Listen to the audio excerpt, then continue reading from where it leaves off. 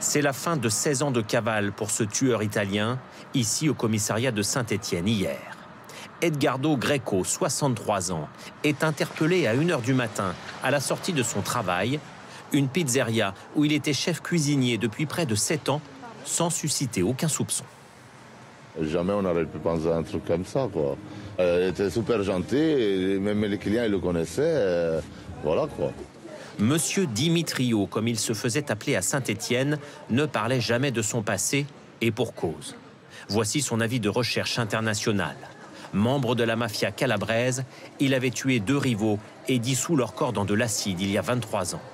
En fuite depuis 2006, il s'était installé dans ce quartier de Saint-Étienne en 2015, un homme tranquille et apprécié de tous les commerçants. Il était charmant. C'était un petit monsieur absolument adorable qui nous offrait le café chaque fois qu'il venait. C'est cette photo qui le trahit.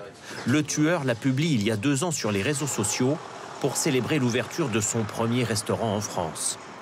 Il est aussitôt identifié par la police italienne grâce à un logiciel de reconnaissance faciale.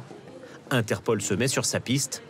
Nous avons pu parler à l'enquêteur italien qui vient de le confronter à son passé. Face aux policiers français, il a tenté une dernière fois de nier sa réelle identité.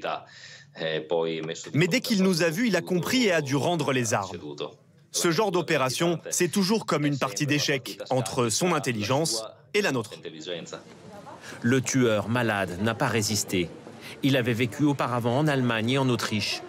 Il rejoindra bientôt sa région natale, la Calabre en Italie, où il doit purger une peine de prison à perpétuité.